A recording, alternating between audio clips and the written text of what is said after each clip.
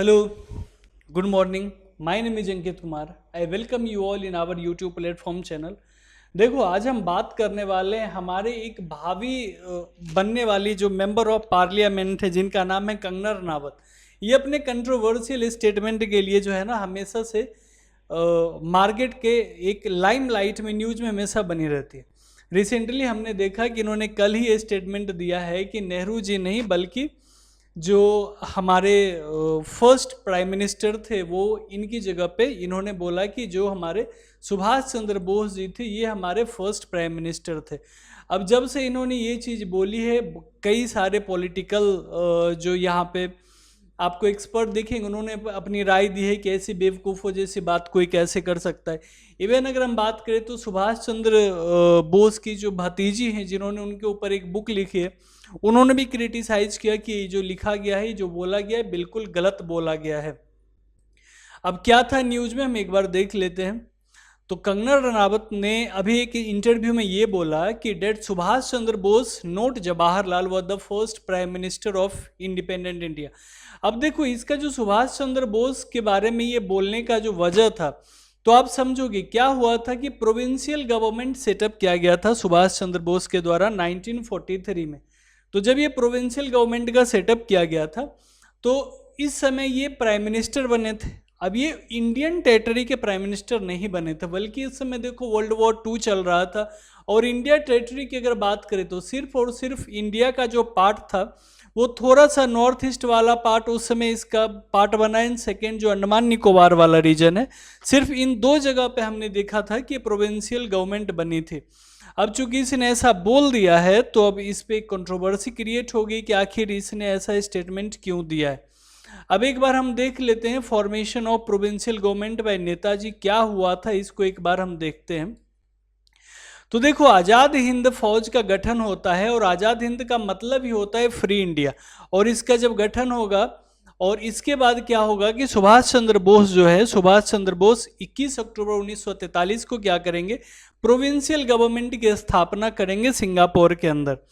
और यहाँ पे एक ये कॉल करते हैं कहाँ पे कैथे थिएटर है। कैथे थिएटर एक जगह है सिंगापुर के अंदर ये आप देख सकते हो। यहाँ पे एक ये भाषण देते हैं और इस भाषण में क्या स्टेटमेंट ये देते हैं ये देखो आप एक बार। In the name of God in the name of bygone generations we have welded the Indian people into one nation and in the name of the dead heroes we have bequeathed to us traditional of heroism and self sacrifices। ये statement इनके द्वारा दिया जाता है और उसके बाद यहाँ पे क्या होता है कि प्रोविंशियल गवर्नमेंट का सेटअप किया जाता है और इस प्रोविंशियल गवर्नमेंट में जो सुभाष चंद्र बोस है ये हेड ऑफ स्टेट होते हैं। साथ साथ जो फॉरेन अफेयर्स और वॉर पोर्टफोलियो होता है वो भी मिनिस्ट्री ये अपने अंदर ही रखते हैं। ठीक है। और अगर हम कुछ चीजें देखें तो एसी चटर्जी जो है ये फाइनेंस के इंचार्ज बनते हैं। ऐसे अय्यर जो है वो ministry of publicity and propaganda बनते हैं और जो लक्ष्मी स्वामीनाथन हैं वो मिनिस्ट्री ऑफ विमेंस अफेयर के रूप में इन्हें अपॉइंट किया जाता है। और अगर हम बात करें तो जो आज़ाद हिंद फौज थी या जो सुभाष चंद्र बोस ने यहाँ पे सरकार का गठन किया था इसमें अगर हम देखें तो करीब करीब 50,000 से ज़्यादा स्टैंडिंग आर्मी इनके पास थी। और साथ साथ अगर हम बात करें तो यहाँ पे आपको एक प्रोविंशियल सरकार का गठन होते दिखता है।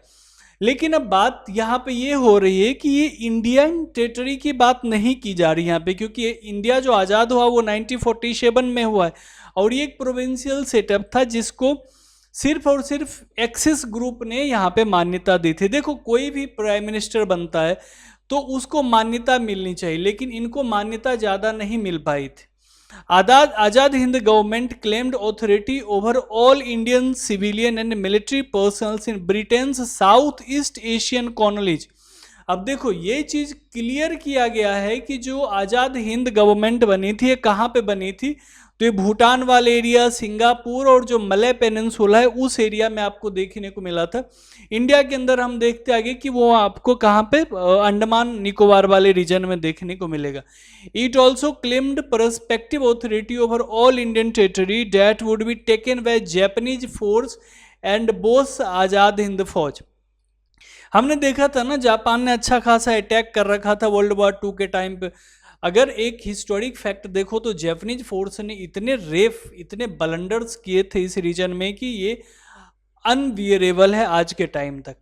और कहाँ कहाँ आपको आज़ाद हिंद गवर्नमेंट देखने को मिली थी? तो अंडमान एंड निकोबार जो आइलैंड है हमें पे, यहाँ पे हमें देखने को मिली थी कि जो यहाँ पे ये हमें देखने को मिला था कि जो आज़ाद हिंद फौज था उसने क्या किया था कि फ्री करवाया था इस एरिया को।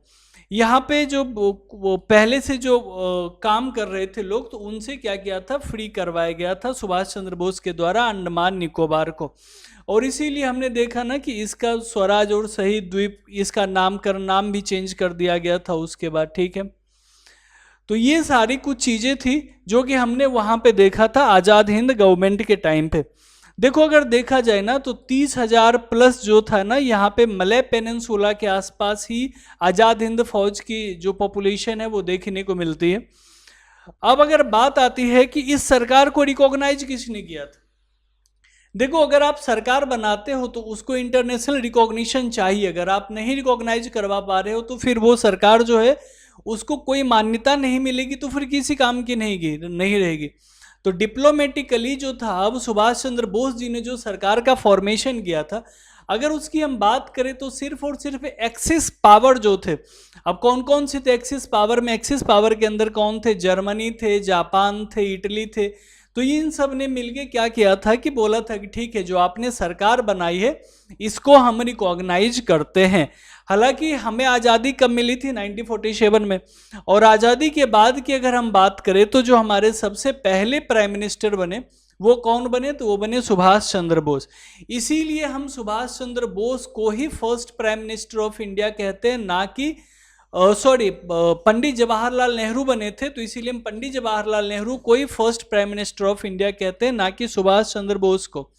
अब देखो कुछ रीजन्स है जिसकी वजह से हम इनको नहीं मानते हैं।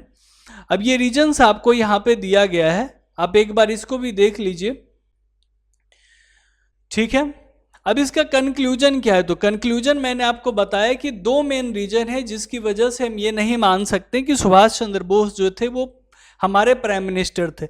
पहला क्या है? तो both the government fail to gain widespread international recognition. देखो सिर्फ और सिर्फ एक्सिस ग्रुप ने ही इनको रिकॉग्नाइज किया था, इसके अलावा किसी ने रिकॉग्नाइज नहीं किया था, तो इसीलिए हम नहीं मानेंगे।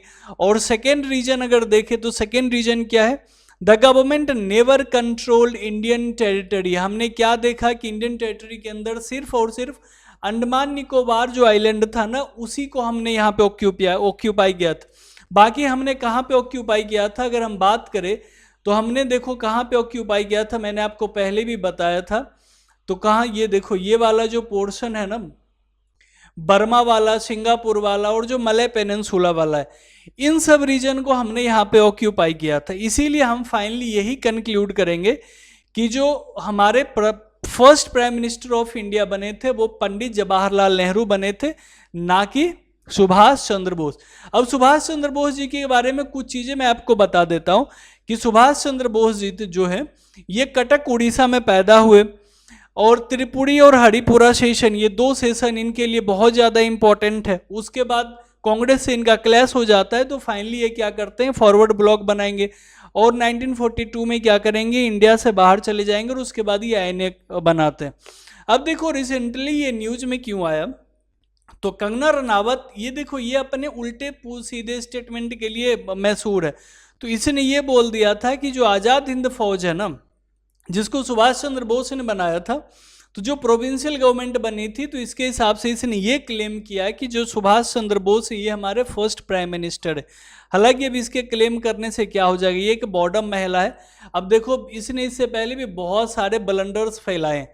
अगर आप देखोगे यहाँ पे, तो इसने कुछ दिन पहले 2021 में इसने क्या स्टेटमेंट दिया था कि जो आज़ादी हमें 1947 में मिली थी वो तो एक छलावा था, असली आज़ादी हमें नरेंद्र मोदी जी के आने के बाद 2014 में मिली है। देखो we all love our prime minister Narendra Modi, but अंधभक्ति ठीक नहीं है। ठीक है, इनको फायदा हो रहा है, इनको कॉन्स्टिट्यूएंसी में जगह मिल रहा है, हमारे प्रधानमंत्री इस देश के लिए बहुत अच्छा काम कर रहे हैं, लेकिन ये चीज़ जो बोलना है ये बहुत ही गलत है कि आज़ादी हमें 2014 में मिली। क्योंकि कहीं ना कहीं चलो मान लिया कि आप गांधीयन फिलॉसफी से नाता नहीं रखते हो, लेकिन इसके साथ ही अगर आप देखो तो बाकी के जितने फ्रीडम फाइटर थे लाइक सुभाष चंद्र बोस, भगत सिंह, इन सबको भी कहीं ना कहीं आप उनके भी जो रोल रहे उनको भी आप निग्लेक्ट कर रहे हो ऐसा स्टेटमेंट देके। तो आपका क्या स्टेटमेंट है ये जरूर आप बताना। आई होप आपको ये सेशंस अच्छे लगे होंगे। कमेंट में आप ये जरूर बताना कि आपको क्या लगता है जो इसने स्टेटमेंट दिया है, क्या ये स्टेटमेंट वैलिड है। तो आप एक बार जरूर अपना कमेंट, अपनी राय रखें ताकि हम आपकी राय को देख सकें और जान सके कि देश के हालात क्या हैं, देश के युवा जो पढ़े लिखे यूथ है वो क्या सोच रहे हैं हमारे देश के प्राइम मिनिस्टर के बारे में। तो मिलते हैं अगले सेशन में, तब तक के लिए थैंक यू सो मच।